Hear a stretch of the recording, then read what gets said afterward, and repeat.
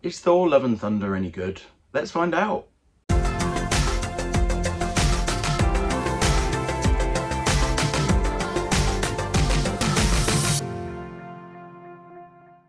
Hello guys, so that opening was going to be better because I was going to actually use a hammer, but I couldn't find it. So, and I even wanted to buy one of these, like a foam one or something, couldn't find one, but you know, I have a Thor vest on, so better than nothing. I also have all of the Marvel Legends figures that can build Korg, apart from the Super Thor figure, just because I thought the sculpt, I don't know what it was, but I just looked at the figure and I just thought the sculpt was a bit off. And I picked it up numerous times and then just kept putting it back, and I just thought, so I just didn't bother getting it. It doesn't come with a Build-A-Figure piece anyway, so. But on the boxes, we all kind of get used to Marvel Legends boxes here. This is my favourite figure, so I'll probably just have a look at the back. But like, it says, Jane Foster's life is forever changed when she mysteriously comes to possess the hammer Mjolnir. I can never say that. Thor's hammer. And the power of the mighty Thor. So yes, I shall get all these open and have a look. So got all the figures out, got Korg built as well, so he's the Build-A-Figure. Although his legs are a bit, I can't really get them to, it's a bit weird. Considering on the old Korg, the legs were fine. So, that's not great. And why is the colour so different? Like really different, if you compare. So this is the Build-A-Figure Korg. So Marvel Legends, you always get a piece with each figure and then you have to build one, money makers. And then the Korg from the 2-pack. I don't know, the colour's quite different. But yes, first of all, I really loved Thor Love and Thunder. Probably one of my favourite Marvel films in a while. Really like the plots. I'll try not to say any spoilers. It's really fun, and I think it was one of the like shorter Marvel films, but you couldn't really tell that, you know, I don't think it needed loads more or lacked anything. But no, I really enjoyed it. I think Thor's a lot more of a comedic character now, but then Thor the Dark World was a bit too serious and a bit dull, so I kind of feel from Thor Ragnarok onwards, I just think it's probably the way for him to go. And I liked the inclusion of Guardians of the Galaxy in it, although they weren't in it that much. Which brings me on to the 2 Guardians figures that are in the wave. So here's Star-Lord, who was hardly in it, and Groot probably even less, or just come with a gun.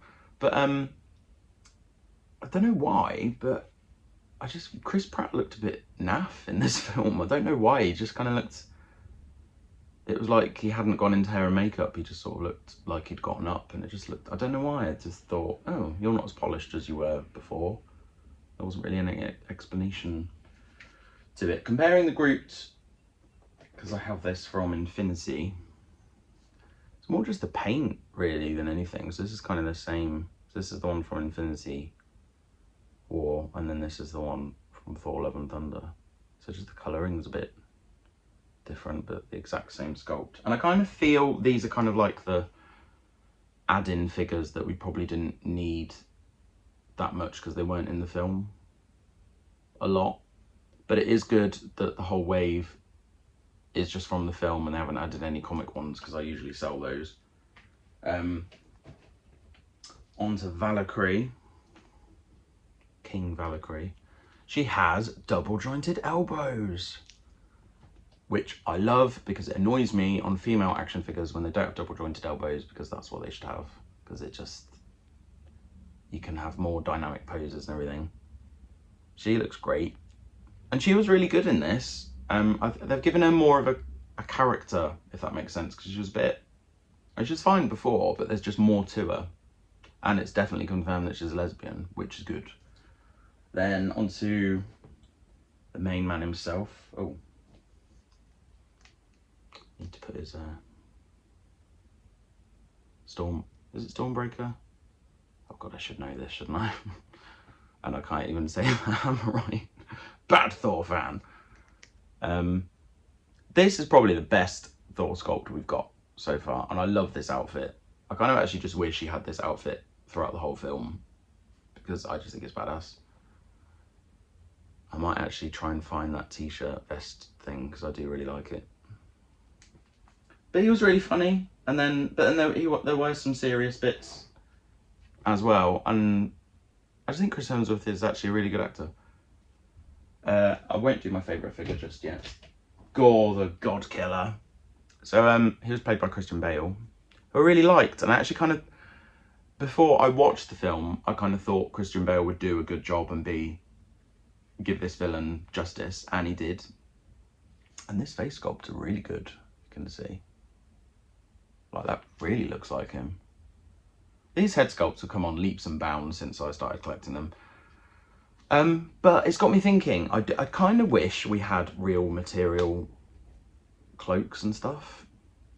I just think it looks a bit better. But he does look really good.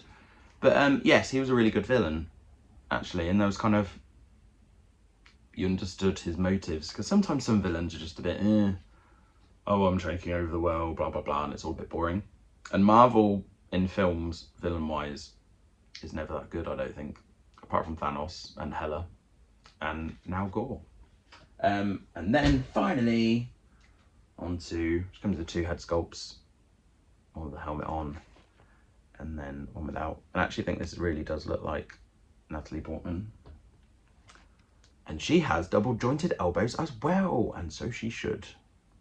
But this is my favourite figure. I do kind of wish the hammer, why can't I say it? Magona, I don't know. I do wish the hammer had a bit more blue paint on it though, because it's got the cracks on, but it doesn't have, it should have had some blue paint on the cracks, I think, because that was there throughout. Her storyline is great, and I think she was, apart from seeing Thor's bum, because you actually see it in the film, because in the trailer it's pixelated, but you actually get to see it. Apart from that, her story arc was what I was looking forward to the most, and it didn't let me down, and I thought she was great. And she's got really big arms as well, and I just love that, because Natalie Portman was obviously given the script and everything, and she was like, oh, I'm a superhero now, so right, let's get down the gym. And I'm like, good for you, you looked great. But her story arc was sad, but I felt it was done justice, because she has cancer. And I've seen a lot of reviews of Thor Love and Thunder and comments saying that broaching the cancer subject, it wasn't good, it wasn't done respectively and all this and stuff like that. And I just think she was like a fighter, she was fighting to survive it and everything. And I've had friends who have gone through cancer and survived, thankfully, and they had a fighting spirit, and you kind of have to boost morale and stuff like that. And I think if I was in that position and there was a character who was a superhero and was fighting cancer, I'd be like, wow, you know. And I don't think it was done without respect and stuff like that at all. And I don't really get the whole criticism of that storyline, because she was fighting it, and they weren't like taking the mick out of it at all. And I just don't really get that. But I try not to read reviews and stuff anyway, even though this is a review now. But just a lot of people are just very quick to bash something if it's not like this 10 out of 10 masterpiece. And I just think you kind of have to take films for what they actually are, and not thinking it will be this mega amazing thing when it's a superhero film, you know. But I did really enjoy it, and it was enjoyable, and I loved the goats, they were funny. But yeah, the Guardians weren't in it that much, and I thought they might not be, which is good, because we needed more of this team. Oops, where's Korg? There you go. And there's something good about him at the end. I won't tell you, because that's a spoiler. But yes, I loved it. Great film. Definitely recommend it. And yes, oh, I'm on TikTok as well, and on Instagram, Geek Apprentice. Like, comment, subscribe, just helps the channel, and I'll see you next time. Bye.